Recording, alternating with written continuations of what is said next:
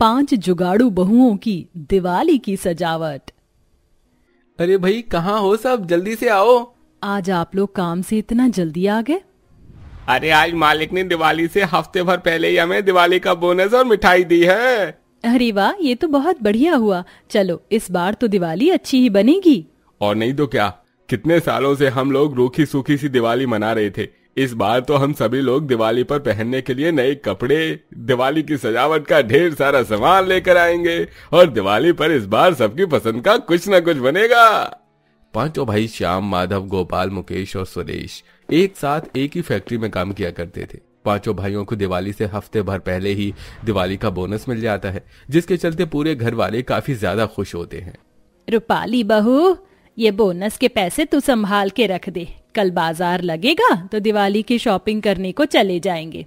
रूपाली उन बोनस के पैसे को संभालकर मसाले के डिब्बे में रख देती है। थोड़ी देर में रात होती है और अब सब लोग खाना खाकर सो जाते हैं। जैसे मोहल्ला सड़कें सुनसान होती हैं तो 2 कालू और बिरजू नाम के चोर उन पांचों बहू के घर के बाहर आकर खड़े हो जाते हैं। अरे सोचा था कि यहाँ इतने बड़े बड़े घर हैं, किसी न किसी घर में तो हाथ साफ हो ही जाएगा, लेकिन इन सब लोगों ने वॉचमैन बिठा रखे हैं। अब हम क्या करें? अरे भाई, एक काम करते हैं, इस वाले घर में चलते हैं। अरे लेकिन इस घर में क्या ही मिलेगा, छोटा सा तो घर है। अरे चोरी करने निकले हैं, खाली हाथ तो घर वापस लौट नहीं सकते, कुछ ना कुछ तो मिल ही जाएगा। दोनों चोर दबे पांव खिड़की से घर में घुसते हैं और इधर उधर कीमती सामान ढूंढने लगते हैं कि तभी बिरजू को मसाले के डिब्बे में वो बोनस के पैसे मिलते हैं, जिन्हें देख दोनों चोर काफी खुश होते हैं और उन पैसों को लेकर वहां से चले जाते हैं। सुबह होने के बाद जैसे ही रूपाली मसाले का डिब्बा खोलकर देखती है तो उसे पैसे नहीं मिलते। सभी लोग घर का कोना कोना छान लेते हैं, लेकिन उन्हें कहीं पैसे नहीं मिलते। हे भगवान, ये पैसे कहाँ चले गए? माँ जी, पूरा घर ढूंढ लिया लेकिन कहीं पर भी पैसे नहीं मिल रहे हैं।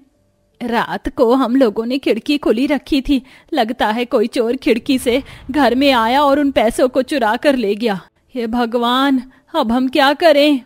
सभी घर वाले काफी ज्यादा परेशान होते हैं और ऐसे ही 2 दिन गुजर जाते हैं। पांचों भाई अपनी फैक्ट्री के सेठ से दिवाली बनाने के लिए कुछ पैसे एडवांस मांगते हैं, लेकिन सेठ उन्हें पैसा देने से साफ इनकार कर देता है। सब मेरी ही गलती थी, अगर मैं पैसों को सही जगह पर रखती तो वो चोरी नहीं होते और इस साल हम सब भी हंसी खुशी दिवाली मना पाते। रूपाली आखिरकार कब तक खुद को दोष देती रहोगी? जो होना होता है वो होकर ही रहता है। पांचों बहू का चेहरा काफी ज्यादा उतर जाता है। अब दिवाली की सजावट के लिए पांचों बहू के पास बिल्कुल भी पैसे नहीं थे, लेकिन पांचों बहुएं मिलकर दिवाली की सफाई जरूर करती हैं। अंदर की तो झाड़ू लग गई, अब जाकर आंगन की झाड़ू लगा देती हूँ। सोनम आंगन की झाड़ू लगा रही होती है कि तभी एक कबाड़ी वाला सोनम के पास से गुजरता है। उस कबाड़ी वाले के ठेले पर दिवाली पर लगने वाली कुछ लाइट्स होती हैं, जिन्हें देख सोनम, अरे भैया, ये तो बिल्कुल नई लाइट्स लग रही हैं। नई तो है बहन जी, लेकिन इसमें से कुछ जल रही हैं और कुछ नहीं जल रही हैं। सोनम उस लड़ी को लेकर जैसे ही जलाती है तो उसमें से कुछ लाइट्स खराब होती हैं तो कुछ सही होती हैं, जिन्हें देख सोनम, जो खराब लाइट है मैं उन्हें निकाल दूंगी और जो सही वाली हैं उन्हें आपस में जोड़ दूंगी। दिवाली की सजावट के लिए कम से कम हमारे पास लड़ी का इंतजाम तो हो जाएगा। सोनम उस कबाड़ी वाले से वो लड़ी ले लेती है, जिसके बाद अब उसमें से खराब लड़ी निकाल कर सही लाइट को आपस में जोड़ देती है और अब जैसे ही सोनम उस लड़ी को जलाती है वो सारी लड़ी की लाइट्स आपस में जलने लगती हैं, जो दिखने में काफी सुंदर लग रही होती हैं। मुझे तो लगा तुम इसे खराब कर दोगी, लेकिन तुमने तो इसे बिल्कुल ठीक कर दिया। बड़ा अच्छा जुगाड़ किया तुमने। अब वो पांचों दोबारा से कबाड़ी की सफाई में लग जाती हैं। शाम में सुष्मिता मंडी से सब्जी लेकर घर लौट रही होती है कि तभी सुष्मिता को दिवाली की सजावट के कुछ सामान दिखाई देते हैं। ये पेपर लैम्प्स कितने ज्यादा सुंदर लग रहे हैं ना। एक पेपर लैम्प्स है 200 रुपए का है। सोचा था इस बार घर के बाहर मैं दिवाली पर पेपर लैम्प्स लगाऊंगी, लेकिन लगता है इस साल भी हमारा घर दिवाली पर सूना ही रहेगा। सुष्मिता उदास भरे चेहरे से घर लौटती है। सुष्मिता की देवरानी करिश्मा हर साल ठंड में ऊन से स्वेटर बुनकर उन्हें ठंड में पहना करती है। ठंड आने में थोड़ा बहुत समय ही रह गया था, इसलिए करिश्मा ऊन से स्वेटर बुन रही होती है, जिसे देख सुष्मिता को दिवाली की सजावट का एक जुगाड़ सूझता है। ये तो बहुत सुंदर सुंदर ऊन है। अगर ऊन के स्वेटर बन सकते हैं तो हम इससे लैम्प भी तो बना सकते हैं। लेकिन सुष्मिता, भला ऊन से हम लोग लैंप कैसे बना सकते हैं? मेरे पास ऊन से लैंप बनाने का एक जुगाड़ है। अगर वो जुगाड़ काम कर गया तो हम सुंदर सुंदर लैंप बना सकते हैं और दिवाली पर ऊन के लैंप से हम लोग अपने घर की सजावट करेंगे। सुष्मिता दुकान से एक गोंद की बोतल लेकर आती है और उसके अंदर एक पिन से छेद कर देती है और ऊन का गोला लेकर उस छेद में से डालकर उसे दूसरे छेद से बाहर निकालती है और एक गुब्बारा फुलाकर गोंद लगे ऊन के धागे को उस गुब्बारे पर अच्छे से लपेट देती है। इसके अच्छे से सूखने के बाद सुष्मिता उस गुब्बारे को फोड़ देती है और अब सुष्मिता के हाथ से ऊन का बना एक बड़ा सा गोला होता है जिसमें सुष्मिता बची हुई दिवाली की लड़ी की लाइट्स डालकर उसे जला देती है और वो ऊन से बना हुआ लैंप काफी ज्यादा सुंदर दिखता है। अरे वाह सुष्मिता, तुमने तो बहुत सुंदर लैंप बनाया है। तुम ऐसे कुछ लैंप और बनाओ, फिर हम इससे भी दिवाली पर अपने घर की सजावट कर सकते हैं।